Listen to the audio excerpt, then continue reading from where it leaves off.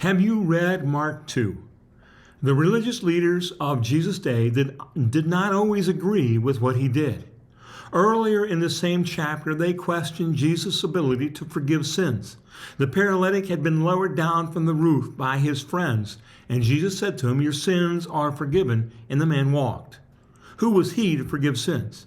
The story following the one we are looking at deals with the religious leaders questioning the disciples' actions on the Sabbath. They would make great armchair quarterbacks. In the 15th verse of chapter 2, Jesus is enjoying a meal. That was not the problem. The problem was the company at the table. Who was there? The Pharisees. They held strict views on what was considered righteous behavior and what was not considered righteous behavior. They noticed that Jesus was dining with sinners and tax collectors. These people were not to be considered righteous, the sinners and the tax collectors. It was an us versus them mentality, and they spoke up. Jesus responds in Mark chapter 2, verses 16 and 17.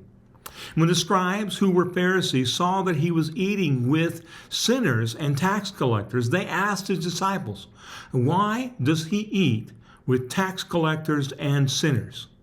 When Jesus heard this, he told them, "It is not those who are well who need a doctor, but those who are sick. I didn't come to call the righteous, but sinners." The question coupled with the answer implied that this was not acceptable behavior. Those who were seeking to live a righteous life would never defile themselves by keeping company with these people, these kind of people. It was noted that these people came because they wanted to hear what Jesus had to say. Their openness to listen would be the first step to the possibility of change. We have a message for the sick. We have a message for the sinners. Are we willing to speak into their lives? Are we willing to go where they are?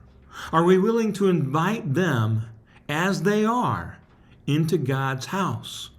Praying that we could be used to somehow show them how to become well, how to become righteous through Jesus. That's the only way.